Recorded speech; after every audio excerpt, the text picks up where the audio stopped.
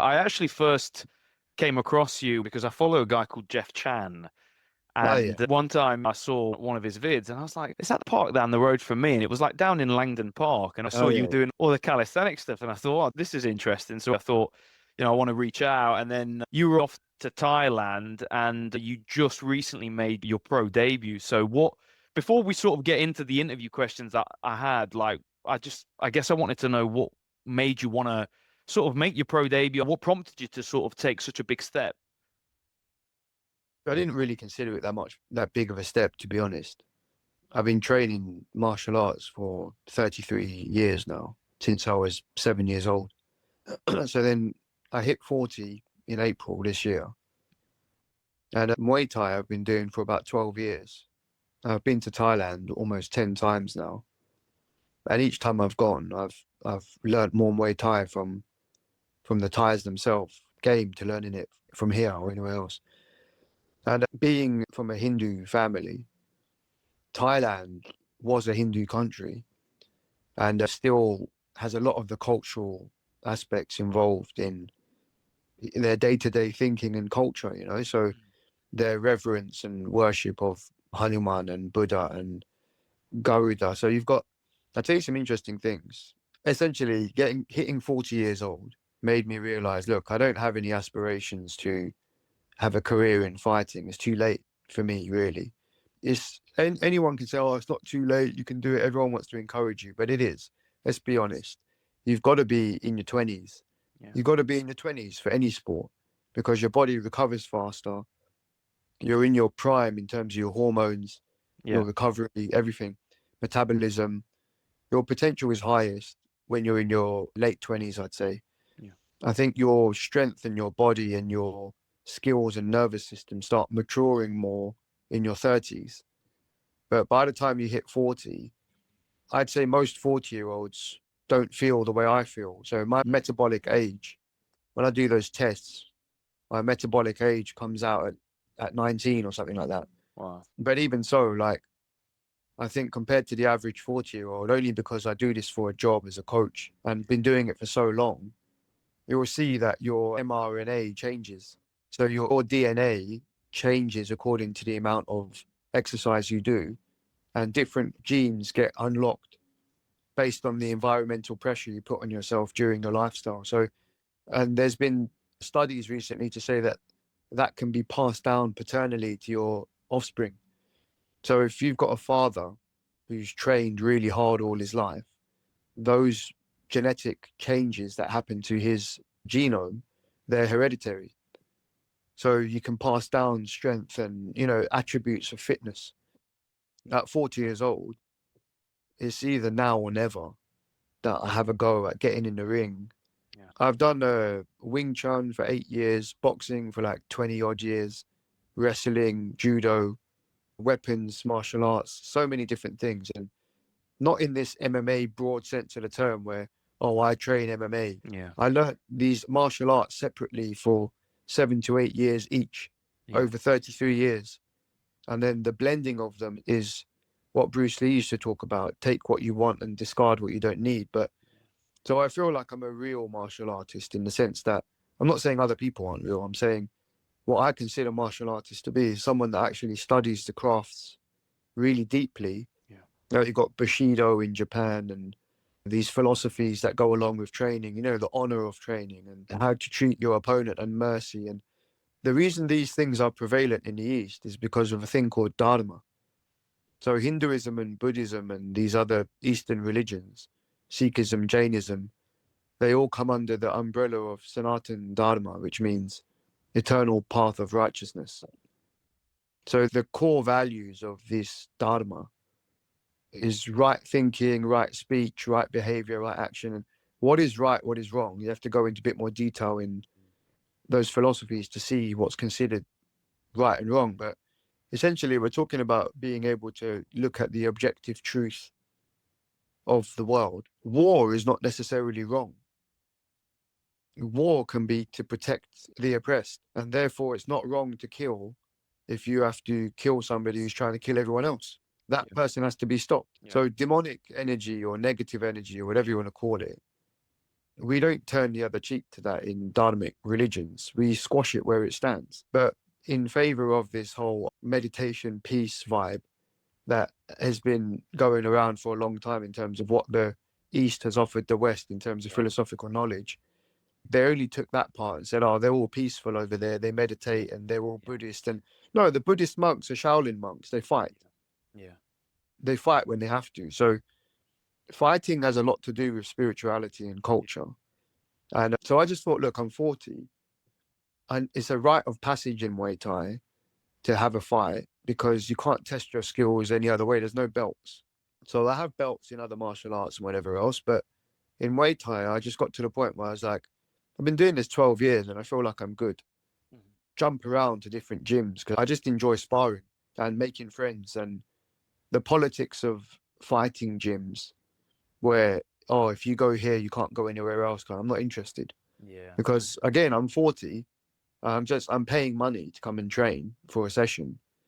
Don't really care about, because that the coaches invest a lot of energy into their fighters, a lot of knowledge. And if someone poaches their fighters or their fighters go somewhere else, that's a loss for them. Yeah. So I can see on one hand why they're like that. But at the same time, if they want to run a business and get loads of people in there to pay for classes, you also just have to let people train and do, this and that. So it's quite a murky, muddy thing, the fight industry. I don't want to get too involved in that as an industry or politics. I'm more just interested in the arts and the culture itself. So the fight for me was a rite of passage, also just a challenge. And I think it is one of the sort of truest ways of actually being able to test yourself through competition. That's why in Brazilian Jiu-Jitsu, for example, that sparring element is so necessary to be able to test really where's your skill level at. It's one thing sort of doing in certain martial arts, the movements and the thing, but only really against a truly resistant opponent can you actually know, okay, did this work? Did this not? What, where am I in this? So, no, honestly. Well, you also have to consider that these are sports. Right. Does it work or does it not? This is what I mean when I want to separate martial artist from sports combatant. If you go in a Muay Thai ring, you're not allowed to do certain things still, even though you're allowed, that there's something called letway. Have you heard of it? The Burmese one, right? Where they can do headbutts and stuff. So you're doing Muay Thai, you're not allowed to use bone breaking moves from Muay Chaya and Muay Boran. You're not allowed to use headbutts. So it's a sport. It's all restricted. Yeah. And jiu-jitsu as well. Is that you're saying, does it work? If you go into guard and somebody's in your guard and they start doing 12 to 6 elbows in your eyes, are you gonna pull your triangle off when someone's put a thumb in your eye? Yeah. So the reality is, I don't consider them to be martial arts. I consider them to be sportified versions. Would you say, for example, then, like, someone like Royce Gracie in the first UFC, how he was able to use jiu-jitsu in that particular tournament in the early days? You were allowed to do some of those things, and he was able to beat guys that were bigger than him, strong. Would you say that it was a fighting art then, and it's sort of been watered down over time? Or I mean, that's partly a skill issue. Yeah. Because he's just very, very skilled at what he does, and the other people had not come across it. Yeah, they were new to it. Right? Yeah. Right. Well, second of all, the Gracies didn't invent anything. They took that from Japanese jiu-jitsu and catch wrestling. And they've been beaten by many catch wrestlers and Japanese wrestlers. Yeah. There's video footage of them being beaten by lots of them. And there's, they're a bit of a mob, essentially. Yeah. And that was their background. They're a bit acting like a gang in Brazil. So the fact that they managed to popularize it in America and make a whole school out of it, it's got a global brand. It's just a commercial thing. Like, what is Brazilian Jiu-Jitsu? It's a amalgamated, developed version of other martial arts. And catch wrestling is an old cultural British thing. But wrestling is as old as, it's older than the Greeks and Romans. It's even from India. It's like ancient India and ancient places. Like, wrestling's been practiced since the dawn of time. Yeah. Yeah. So it's just the techniques that have been developed. So, you've got Kimura, for example, the move Kimura is named after a Japanese wrestler. Yeah. Yeah. So because he was the one that actually, was it him that fought Helio Gracie, was it? And sort of, Yeah, There's been shoot fighters and wrestlers from Japan that have 100%. destroyed some Gracies in the ring and stuff like that. It makes me laugh that why is jiu-jitsu being done in a ring? It's the Yeah, context of a ring with ropes on the side. These yeah. are all strange questions that we have to, you know. It's funny you mentioned the catch wrestlers. When I started sort of getting into MMA as a sport, one of my favorite fighters was Kazushi Sakuraba, who was sort of into all the catch wrestling, like really great showmanship, and he did in fact beat Hoist and I think a few of them. I mean, Yeah, yeah. So and he was really entertaining. I really loved his sort of showmanship, his style. But obviously, you said you started when you were like 7. I always like to ask, what was the first thing that got you into martial arts in the first place? Like, what was it for you that sort of made you think, oh, you know what, I want to do this, instead of, I don't know, football or basketball or something like that. ADHD. Yeah, fair enough. I didn't choose it. I got put into it by my dad. Okay, he wanted you He to. just sent me to judo classes, Yeah. and as a hyperactive ADHD kid, it seemed to work. Okay. I really enjoyed going there. I even remember it now. Like, we used to get into the hall, and there was structure and routine. So you'd have to kneel on the mat and bow, and then you'd have to run up to the top of the mat, like a long, it's like in a PE hall with big Hmm. mats that put down. You run to the top, and then everyone would be in a line, and then one after the other, you'd run back down the mat doing break falls. Yeah. So you do back, forward, side, front roll, and slap the ground with your hands. And then when you get to the end of the mat, you just run back up the top. And that was the warm up. Everyone would just be doing that in a line. And then we just did techniques and whatever. And I still remember it like quite vividly as a memory. I remember getting graded a couple of times and getting belts and like it just gave me focus and I enjoyed it. And it was physical and it was a bit of rough and tumble, which Yeah. I needed. Yeah, it's interesting because obviously when I did obviously first come across that video and with Jeff Chan and there was the whole calisthenics element to it, it made me think, oh wow, that's an interesting thing that you don't often see a lot, right? And then so where did the calisthenics aspect come into it? Because if I'm not mistaken, you have the world record as well for ring muscle ups in an L-sit position. I That's saw it. that on your profile. Yeah. Yeah. So at what point did that come into your sort of martial arts journey, and what made you think, oh, actually this would be a great way to combine the two things? I never really combined them, to be honest. I did the martial arts constantly in my life, but I never had any ambitions to fight for a career. I just wasn't that interested in competing. And I also got into gym around 15, 16. And then I went to uni, did biology. And then when I came out, I thought what I wanted to do was make money and wear a suit. So I went to work in marketing and I had like a 7-year career in it. I got pretty high up. I was director of marketing, business to business conferencing companies, 7 direct reports at 26 years old and blah, blah, blah. Wow, yeah. But on the side to that, I was teaching boxing classes a couple of times a week for about 7, 8 years. Okay. And I just really enjoyed that. And one day I woke up and I was just like, is this going to be my life till I'm Right. 80 doing Yeah. this marketing stuff? And like, I know the yeah, feeling. I earn a load of dosh, but does that fill the hole in my heart? No, it's like, is this what I want to do? And I just remember reading a couple of books. One of them was by some guy called John Acuff called Quitter.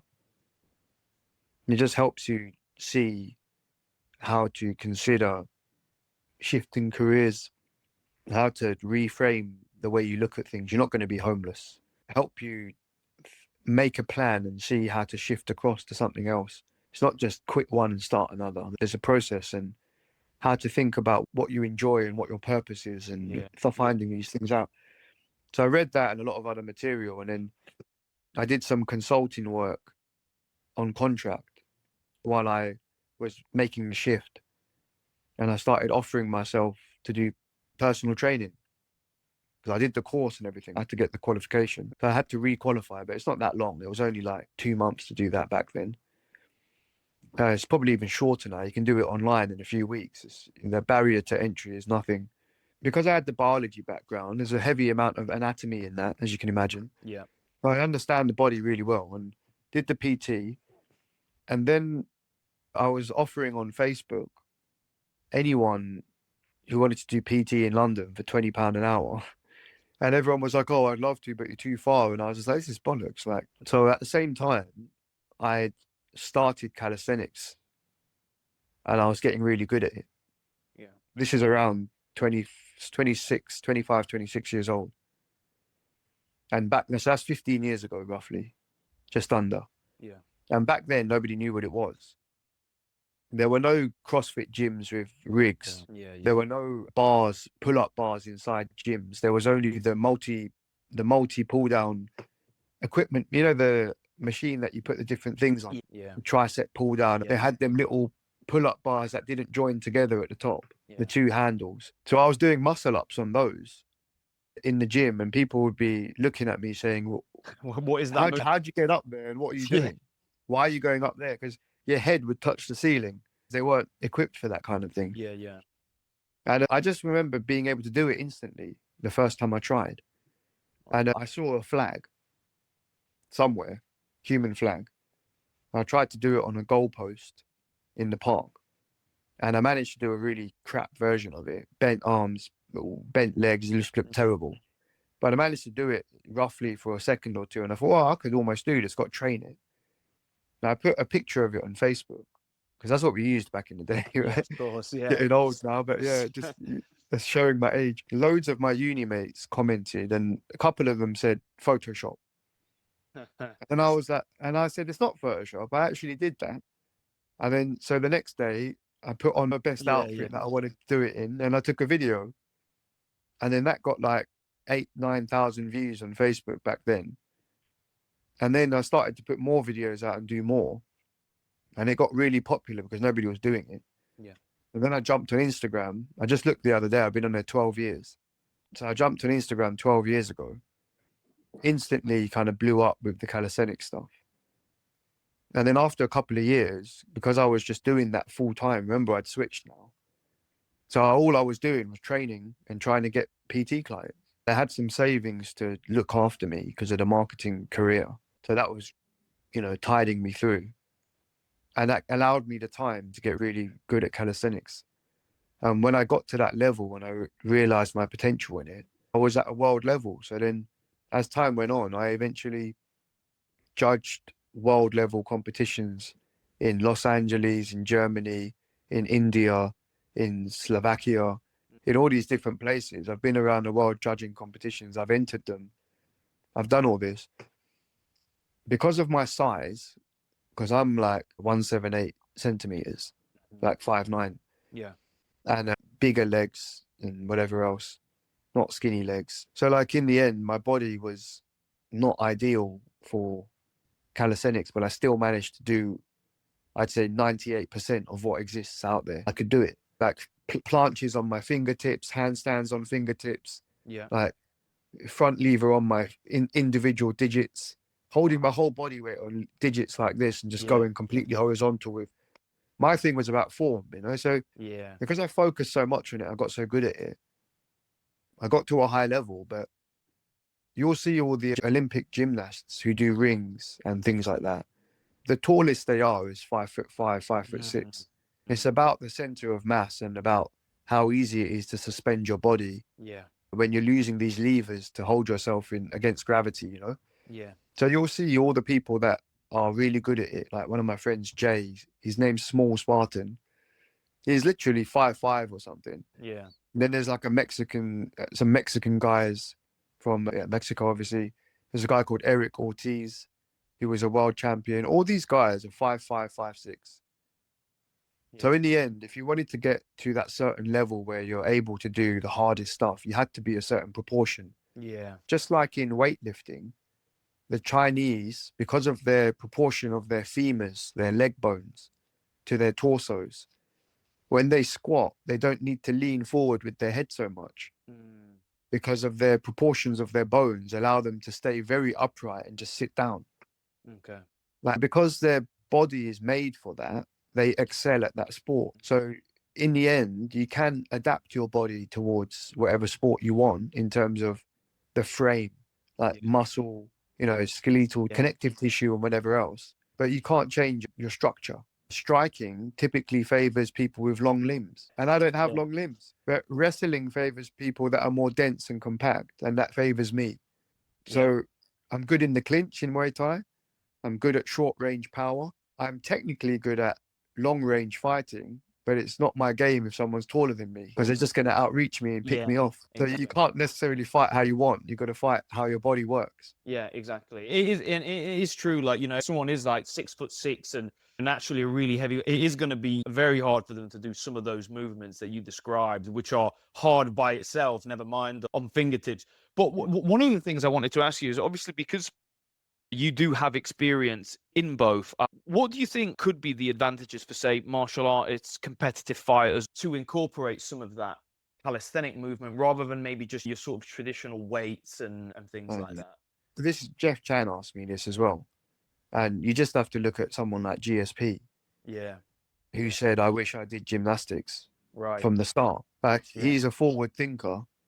And for some reason, people just still don't listen, even though a Hall of Fame legend Yeah, has one of said the it. goats. Yeah. They still don't listen, because I've been around the world and I've just met thousands of people from I've trained UFC fighters. Uriah Faber and his professional MMA group did a little workshop for his guys in LA Wow. at his gym there. Wow. Worked with Liam Harrison when he hurt his knee, because I do manual therapy and stuff. He Okay. came to London and I took him around and did some cryotherapy, infrared therapy. I did cupping and massage on his knee, and gave him some advice to get stem cells put into it. Nice. And he went and did it, and it fixed his knee, and he started fighting again. Yeah. So like, I've worked with a lot of high profile people from different sports. But I tell you, in the end, when I observe people in the fighting industry, they're so focused on technical training and fight conditioning. They don't have the time or respect for strength and conditioning that they should. When I say time, I mean strength and conditioning is a slow game. It's a slow burn. You don't get more powerful in 6 weeks. Whatever people say about fight camp, I don't care what they're saying. You're not going to get significantly more powerful in 6 weeks. You're going to get significantly more powerful in 1 to 2 years of consistent scientific programming, because your body has to change. Your systems have to change. Your energy creation biases. So like the muscle fibers, like the type of twitch they are. So genetically, there's some of that is set in terms of if you're more fast twitch, slow twitch. Yeah. But there's fibers that can change either way. And that's where your adaptability is the ones that sit in the middle can change. So I'm helping one fighter called Surya Saga, who fights in RWS, to strengthen condition and get him stronger, more powerful. And he can already feel the effects after a couple of months, because we're training fascia. So in fighting, you need to be explosive. You don't need muscular strength. You need fascial strength, which is slings, which is explosive slings across the body. Yeah. You know what you've heard of fascia? Yeah. So you need, let me just clarify this, because I want to answer your question. You need connective tissue strength and muscular strength for integrity and structural support of your skeletal system, so that you don't snap every time you throw something. So your knees need to be strong to withstand the force of your own kicks, right? Your elbows need to be strong. Your muscles need to be strong to create framing and structure for the clinch. So you need strength, but you don't need mass. No. Now, most of what you need is power in striking and speed. Accuracy and other things, they're more like nervous system traits. We're talking about the musculoskeletal system traits. You need speed and power. So this is about muscle fibers. The first thing is that fascia is only being studied in the last 10, 20 years, but it's actually the secret to all physical performance in a sporting context. Is very important. So in India, we have this thing called gada, which is a mace, and a mudguard, which is like the two clubs. Okay. Right? So Indian clubs and maces. So these things, they're swung around like this. You swing them around your body like a golf club. Now, when you hit a golf ball with a golf club, that's not muscle. That's a complete rotation of the entire body. Yeah. Swinging the club in a certain smooth way. And then you go whoosh, and then that ball flies super far. Yeah, yeah, So that's what punches are, and that's what kicks are. yeah, It's all fascial slings. yeah. So when you swing a mace around your head, you're supposed to lift it up and then let it drop. And when it drops, then you pull it over the other side with a yank.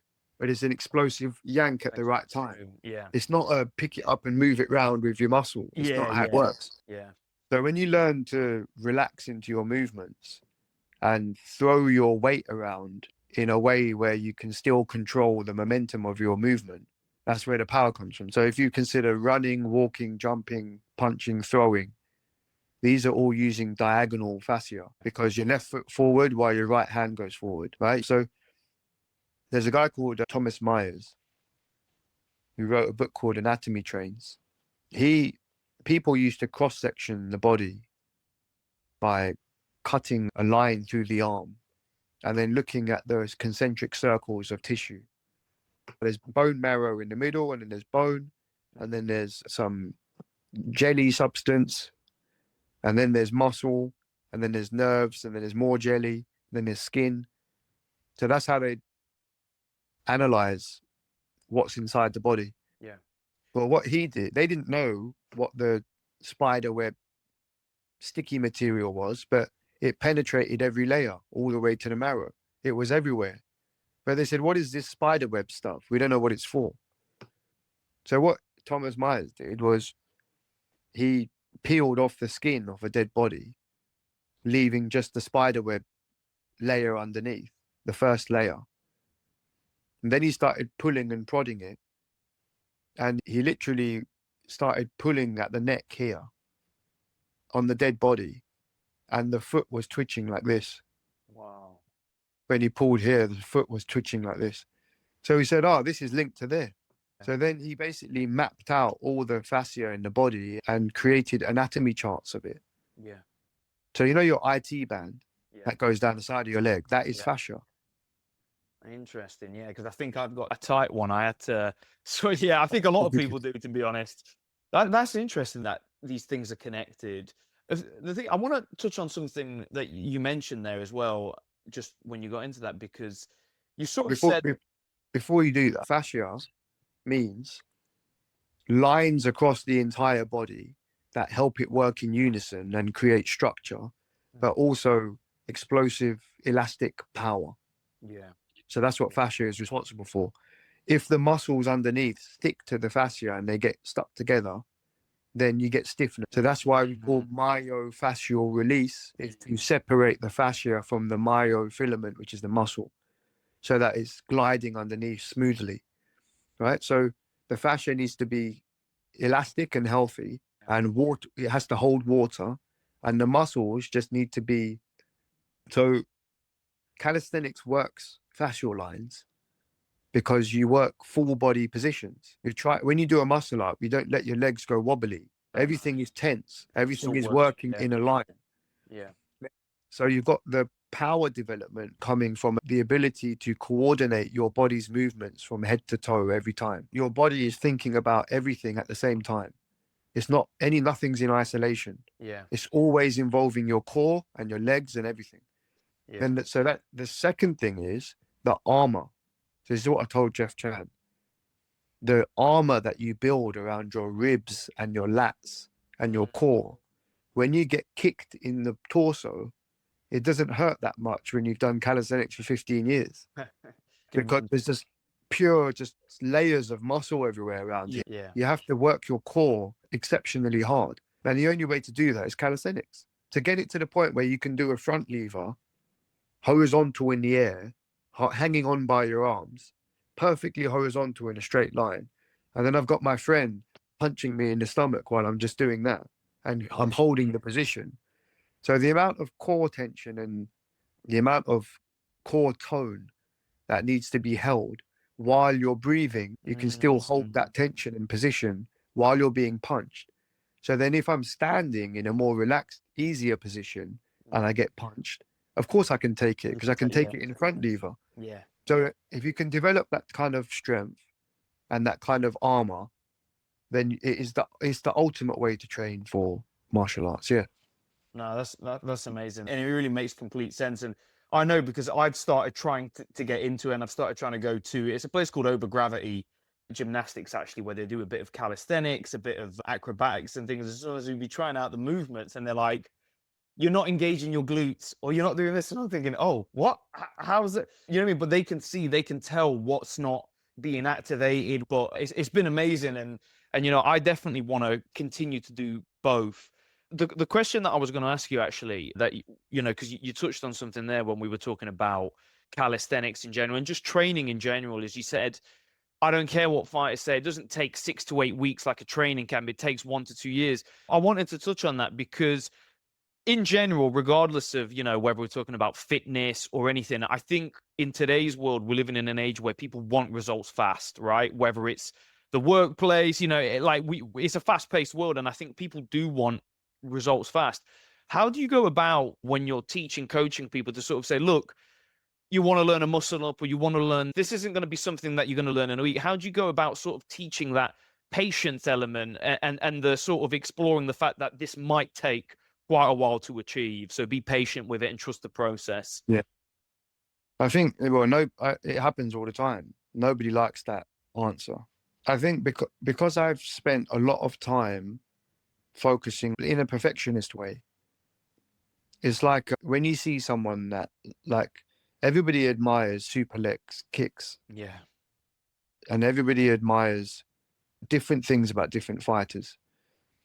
So when you see somebody doing something really, really, really well, it becomes like the modus operandi for that thing. Yeah. It's like this is it. If I Google what should a Thai kick be like, his name is going to come up somewhere. Yeah. So it becomes the model of reference for everyone. So what I was doing was trying to emulate the perfect form for the calisthenics that I was doing. And I think I achieved it because people looked at my stuff and said, whoa, like, that's the cleanest X I've ever seen. And I would not accept anything less than that in terms of what I'd accept of myself. Yeah. So if I said, oh, I've got my first muscle up, I wouldn't do that just because I managed to get up there. I'd wait until I got it exactly how I'd want it to look. Or I'd put it up and say, not quite there yet, still need to do this and this. Because it's about being humble and knowing that you're not there yet. Yeah. But it's an attitude problem on one hand, is that everyone wants short-term, not delayed gratification. We want this quick dopamine fix. There's a big ego issue, especially in the new generation. They don't want to work hard for anything. They want it all now.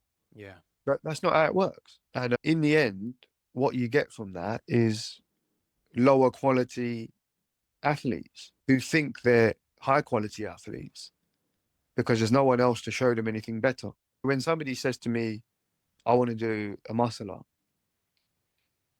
the first thing is, if they're asking me, they should know what mine looked like or what they did look like, and that I've got a world record and whatever else. So it's my credibility comes from what I've done. And if they haven't seen it, then I can show it to them on a video. And then they'll say, oh, okay, yeah, I want to do it like that. And I say, well, there's a big difference between doing it the way you're trying to do it and doing it like this. So the first question is, when you say you want to do a muscle up, do you mean you just want to get on top of the bar any which way? Or do you mean you want to do it properly? And if you do it the first way, you can't just then adjust it, because your whole body is learnt to do it in a certain line. In order to do it symmetrically, clean, consistently, accurately, everything else, there's a process you have to follow. And it's a lot more in depth than people think. For me, it seems very simple. But so I've got a lot of clients that sometimes I see them in person, sometimes do it online. And I coach them in about 3 months on average. I can get them from only being able to do a pull-up, like a few pull-ups, to doing a strict, very clean muscle up. But it takes 3 months of dedicated work, and I'll give them homework 3-4 times a week. They have to do that. So by the end of, let's say, so 4 times 4, 16 times 3. So we're talking about roughly 30 to 40 sessions of training. Yeah. Let's say 50. So if you want to do something like muscle art and you're willing to put in 50 sessions over 3 to 4 months, you can do it, but you need to know exactly how to do it and have the guidance along the way. Without that, you're just struggling and guessing, which is what we had to do in the beginning. And it took us longer. But we were also talented in the sense that we could just do things very fast. But then in order to clean it up, it took a long time because I had to undo what my body already knew and adjust it along the way instead of starting from the beginning correctly. Yeah, they always say it's like easier to teach someone that's brand new that hasn't got bad habits than it is to correct someone's bad habits. They say that, don't they? Well, and that leads to a very important point, which I think is important to mention.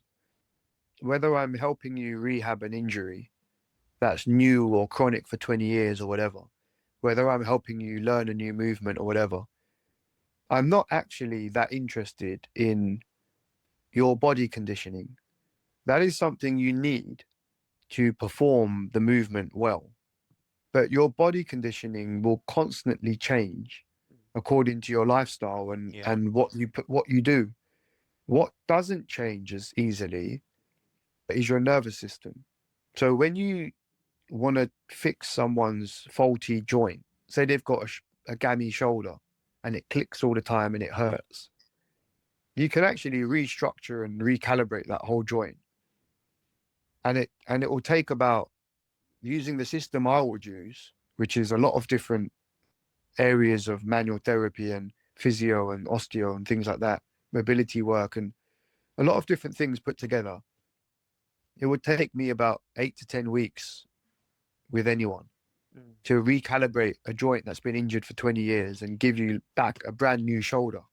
But the first half is working on your musculoskeletal tissue.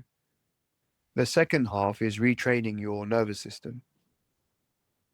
So like often when you teach someone a movement, their body will do it in the way they think their body thinks. If I say to you, touch the ceiling, your body will do whatever it has to do to touch the ceiling. You might bend your back, you might bend your elbow, you might change a whole load of things. It's not just going to be very robotic, like one limb just moves, one joint. Everybody's body works slightly differently because of the proportions. But if you understand kinesiology and biomechanics and joints and anatomy, and you understand the technique, Muay Thai kick, for instance, is supposed to be very hard to teach, to actually do a proper Muay Thai kick. It's not hard at all. You just have to know the main points to teach someone. You have to say, okay, show me your handstand, show me your kick. First of all, I'm going to see, where are you structurally limited? Because if you're structurally limited, there's no chance for you in hell. No matter how much I teach you and how much you practice, you're not going to change your structure. You have to do focused, articulated, accurate work in the specific area that's not giving you what you need. So maybe it's your hip that isn't open enough. Maybe it's your ribs that are too tight. Unless you fix that, you're not going to get the movement. So you have to first pull it back and say, this is where you're limited. We need to undo that limitation. Now your body's capable of making the shapes needed. It's capable of moving through the positions needed. But you don't know the positions yet. Your body doesn't understand it. So now let's break the position or the movement down. So you start like this. Then I want you to just simply lift your leg and turn. And then, so you just get them to literally start in, bladed stance, but Muay Thai stance, a bit more square. Lift the back leg and turn and bring it in front and switch your stance, basically. So if you're standing like that, I get them to lift their leg and just turn their body and stand like that. So I literally just do this, right? And then when they do that, I say, now lift your knee a bit higher. And then now extend your leg out a bit. And then when you can get that bit working, then you start addressing the arms and the torso. And say, pull that back shoulder back. Stop pointing your chest at me. Turn your chest away. Now look at your bottom foot. Your toes are pointing towards me. That's why you're kicking across yourself. Turn your toes away from me. Spin them away. But then when you're telling them all these things, they do one and forget the other. Because it can be overwhelming. All you're doing, you're just teaching their nervous system how to coordinate Yeah. their joints Yeah. into a specific posture in a certain way, and then they've got it. And then it's Yeah. just about after that is power. Yeah. After that, we can worry about putting power or strength into the posture. Yeah. But if you can't make the posture, you got no hope.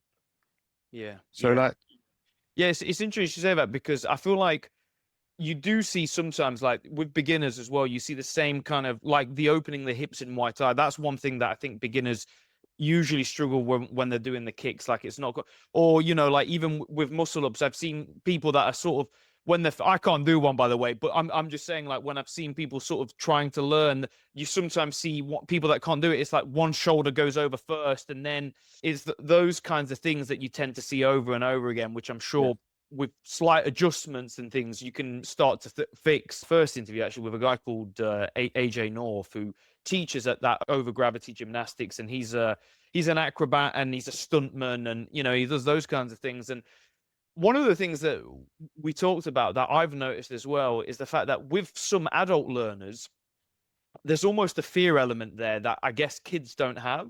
You know, when you see like the kids do the gymnastics, they have less fear, so they're almost able to put themselves into these moves that as adults sometimes we're like, and I've seen that a lot happen in the sort of beginners classes. People have been told, all right, do this move, and they're almost too scared, and that fear kind of inhibits them from being able to do that movement or to fully commit to a movement, because they're scared they're going to get injured. You know, I don't know if it's something that you've ever come across in sort of training calisthenics as well, and you know, if that. Yeah, I mean that happens a lot with the high bar stuff because of the height and things when you let go of the bar. It's more dynamic stuff that people get scared of. Of course, But yeah. something most people are scared of is a handstand because they don't want to fall on their head. On the neck, yeah. So the first thing I teach them is, first of all, you don't have any business getting into a handstand until you can show structure through your wrist to your shoulder. So I don't know why you're trying to stand in a straight handstand straight away. Yeah. Let's start with stacking your weight onto your shoulders and arms without committing your whole body onto it. Let's start with that. You know? Let's make sure that you can actually feel that you can momentarily hold your weight on your shoulders and hands without having to commit to that position. Yeah.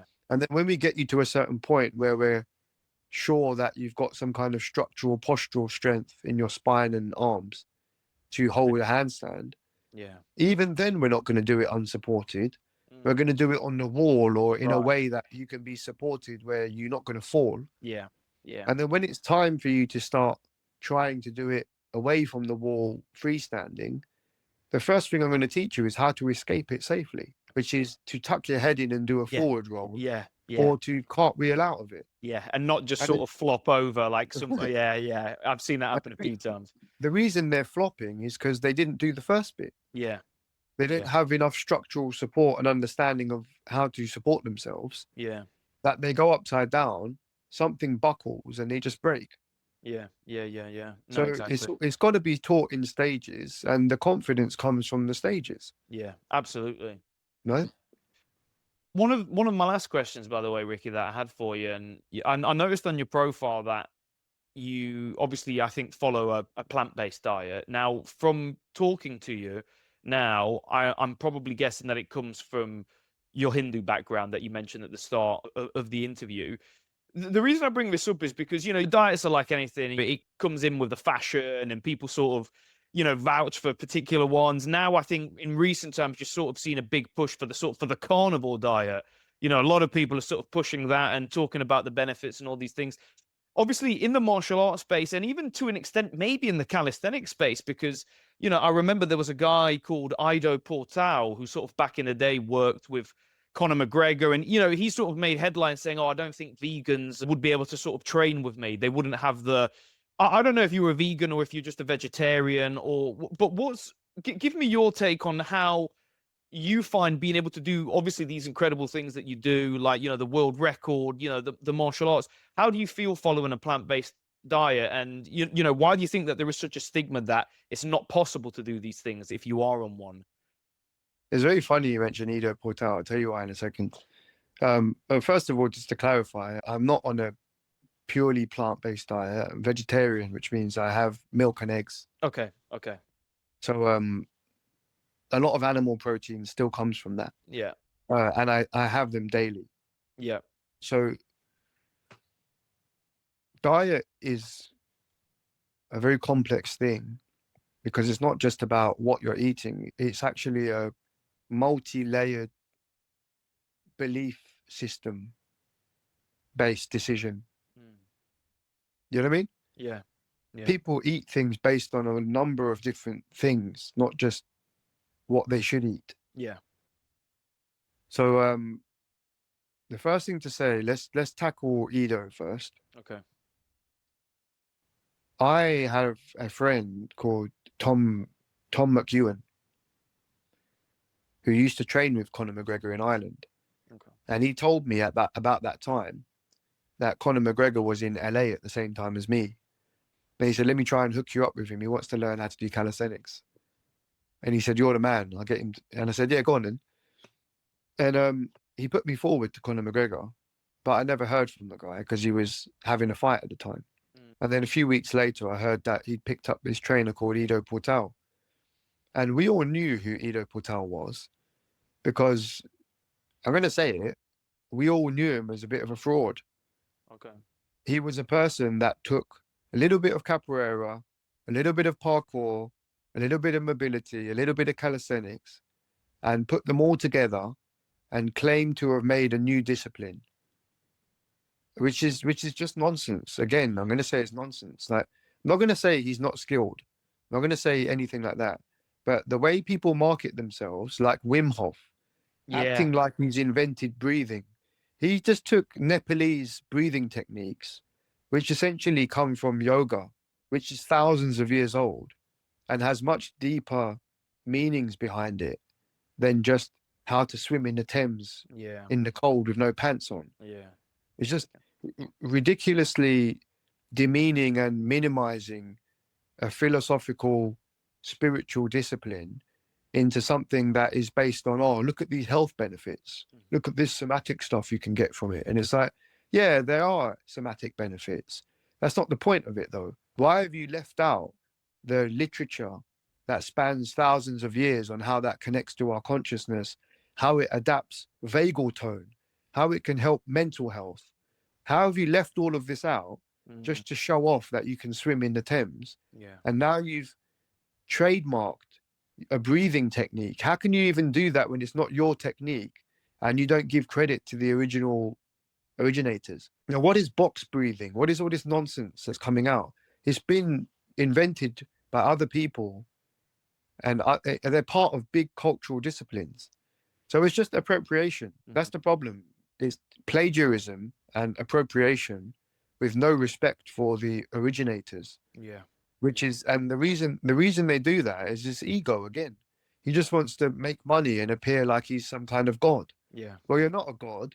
You should be humble in the fact that you learned something that helped you do something great, and you should always respect and have reverence for your teachers. Yeah. But he'll never once mention his teachers. He'll instead say, "Look at my breathing technique, and you all come learn from me because I'm God." So that's a different thing. But so in the same way, Ido Portal was acting like a Wim Hof. Now, he went to a breakdancing convention and he got booed off the stage because all the breakdancers said, who the fuck are you to be on stage talking to us about breakdancing? You're not a breakdancer. Then in calisthenics, we felt the same way about him. We saw him put a video up on calisthenics in the jungle doing a front lever and some stuff on the rings. At the time, I'm telling you, I was 10 times better than him. And I would have called him out on a stage anywhere in the world and said, you go move for move. I'll destroy you. Like at that time, that's how I felt about him. I was like, how is this guy claiming to be some messiah of bodyweight movement? I can see what you're doing. You've just copied a few parkour moves, some capoeira and some calisthenics. You're not a capoeira maestro. You're not a parkour competitive top athlete. You're not a top calisthenics athlete. You're not respected in our community.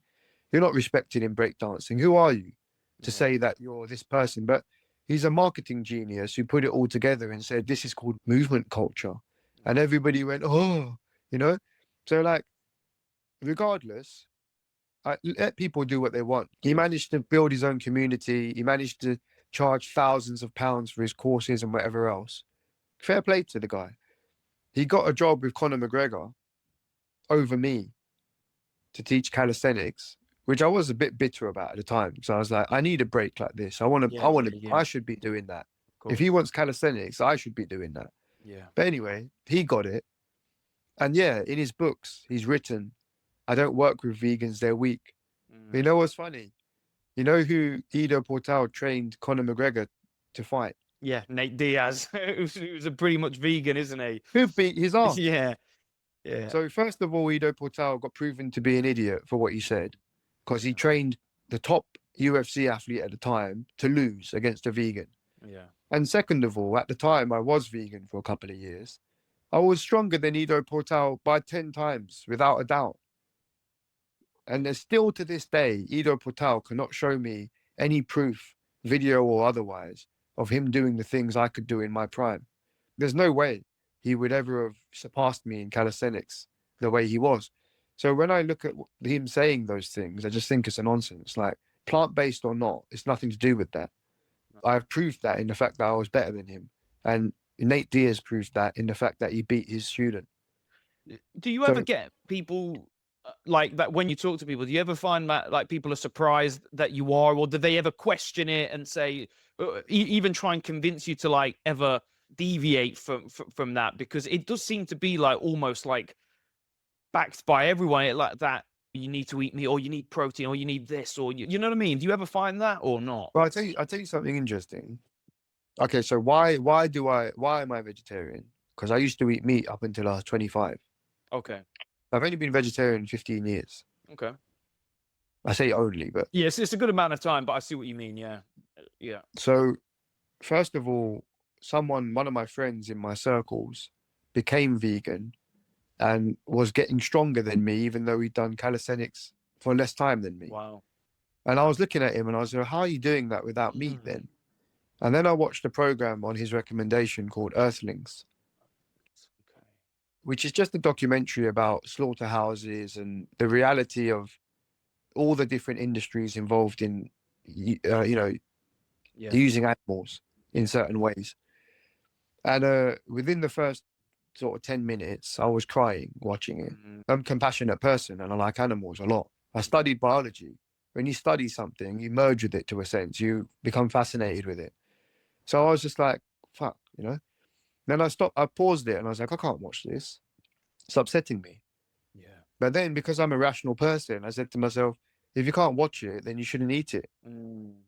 So then I said, all right, I'm talking to myself about it. So I was like, all right, I'll watch this all the way through.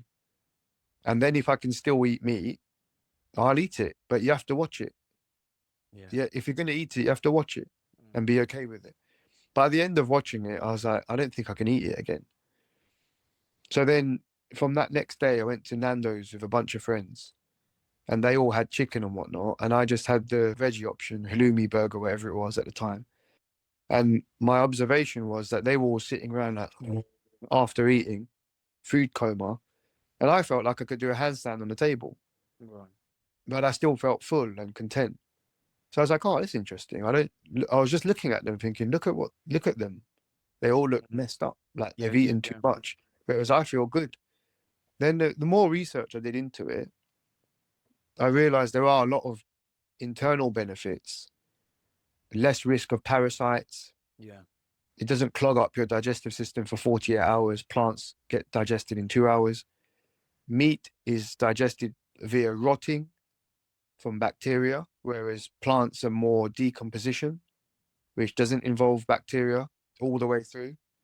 So it's just different things like acidic versus alkaline environment in the body, because meat requires a lot of acid, and acid is the perfect breeding ground for disease, right? So there's all these other things that I'm not here to get into the argument of for or against. What I wanted to mention now, so that's kind of why I started it. But so if you look at the Hindu and Sikh perspective on this, which is what guides a lot of my thinking, it's the Dharma, right? It's my philosophy.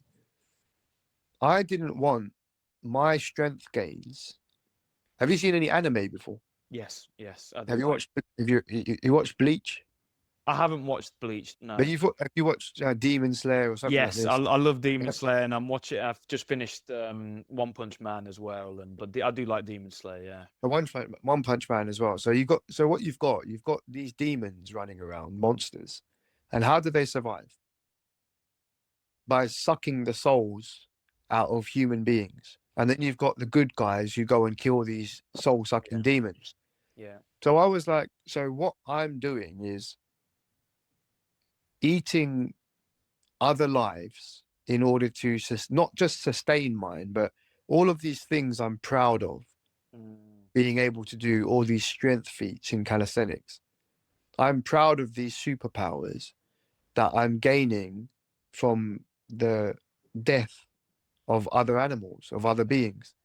So yeah. their death is my success, is how I was seeing it. And I was like, to be honest, if I can have that success without oppressing and killing other beings, Mm, I'd rather do it that way. So, yeah. but now when we look at the Hindu and Sikh and deeper perspective, that is just a fact of life. You can't eat anything without killing something. Yeah. Even whether this old joke, plants have feelings too. No, they don't. They don't have nervous system and pain receptors. However, when you harvest plants, you kill insects. Yeah. You kill insects. You destroy the habitat of little mammals like squirrels and rats and whatever. Yeah. So you cannot survive on this planet without killing. Yeah. Yeah, but the Hindu perspective is to do that minimally to minimize your karmic footprint.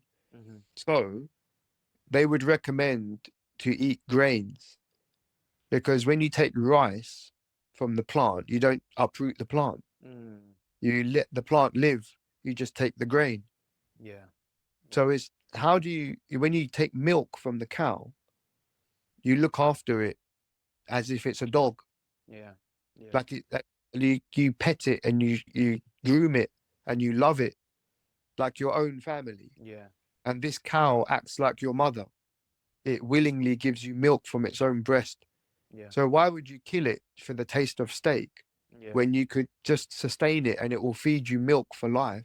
And milk has all the same B vitamins and protein that steak has in it. Mm, It has all the same stuff in it yeah. because it comes from the blood of the cow. So the muscle of the cow comes from its blood, and so does the milk, Yeah. comes from the nutrients. So the Hindu view is about sustaining life in a sustainable way. It's about eco sustenance and living with synergy with the environment, with animals, with beings, and causing minimal harm. However, if you are like my ancestry, my family line, we're something called Kshatriya, which means there's a warrior caste. Mm, It previously we would have been for what you would want to call the army, like warriors. As in our job was to fight, and in peacetime we become farmers, right? So when there's no wars, mm. the warriors just farm. Kind of like what samurai used to do as well. Yeah. Exactly. Yeah. So that's why all the wrestlers in India are poor farmers Mm, because there's no work for them in war anymore. But the wrestlers are getting gold in the Olympics because mm, it's our ancient sport. So what happens is in our Shastra, which is our scriptures about Dharma and the context of what's right and wrong, if you are of a certain occupation, which is called your Dharma, by the way, your Dharma is your path. It's your occupational duty. So my occupational duty as an athlete who need essentially my job requires that I'm strong. yeah. So if you were in the warrior caste fighting wars, you were allowed to eat meat as per our scriptures. You were encouraged to eat it to desensitize you to killing because that was your job to kill Yeah. because you had to fight wars to protect people. So it's not that you're not allowed to eat meat in Hinduism. It's that it's prescribed only for people with certain occupations. Yeah. Yeah. So I am actually even, according to my own beliefs, ethically allowed, inverted commas, to eat meat. But still, my compassion You choose not to. commands me not to. It's Yeah. just my personal feeling. I really fucking love animals. Like Yeah. anytime I see one, even if it's a fox or a bird, Yeah. I talk to it in my mind or with words. Like I look them in the eyes and I see a being and I just love them. Yeah. Yeah. So I don't want to eat them. And whatever I have to sacrifice in terms of my performance or my success, I will gladly sacrifice that for my conscience, my personal conscience. Yeah. I'll just take it on the chin. However, I do recognize that as an athlete, the testosterone, the B vitamins, the protein, everything that comes with meat is beneficial, yes. Mm. And you'll find it hard pressed to find somebody who can be objective like that. Yeah. He can say, I'm against eating meat personally. I don't think it needs to be done for most people. However, yes, it's better for you if you're an athlete. Yeah. Yeah. Ricky, I don't want to take any more of your time, and because I know we're coming to the end of this one as well. But it's been really, really amazing having this conversation, because not only did we sort of actually talk about the martial arts and the calisthenics, but we covered a lot of sort of probably the more important things, like the philosophical elements to a lot of things. So I really appreciate that. And Can I I make yeah, one more go comment? ahead, Go. go Like ahead. a sort of last thought thing. So there's one thing that I get concerned about when I look at the martial arts communities in the West Yeah. is because they don't have a dharmic philosophy prevalent in society. Mhm. Because Thailand does, because Yeah. it's a Buddhist country, is still part of that collective of religions. So all of their philosophy still is based on compassion, honor, these kinds of principles that work in Hinduism, Sikhism, Buddhism, they're across it. So Japan has Bushido, which is the same thing. Yeah. So when you're taught martial arts in those places, you are supposed to be taught those philosophies alongside it. So when Buddha taught the Shaolin monks how to fight, he first taught them to be monks Mm. and then taught them how to fight. Yeah. So even in Japanese schools, they will teach you order, discipline, respect for your teacher, all these things. When you go to martial arts school in the West, it's like going to a shop. Yeah. You just pay on your little card machine and it's like a fitness class. Yeah. But where's the respect for the teacher? Where's the respect for the art? Where's the respect for your training partners? So all I see nowadays, this is a bigger problem out, not just martial arts, but Yeah. is a lot of people treating these things as transactional, Yeah. as if they just want to become superhuman gods, whatever. It's like they just want to show off with what they're Yeah. learning. There's not actually much reverence for the cultural background or traditions that they're learning. It's all about how many bows can I add to my strings can I add to my bow. Yeah. It's not about I want to immerse myself in what it means to study a martial art and how that changes me as a person and what duties that brings upon me in society Yeah. when I come across things that are wrong. Yeah. Like if I'm able to fight and somebody isn't, Yeah. does that put an onus on me to protect people?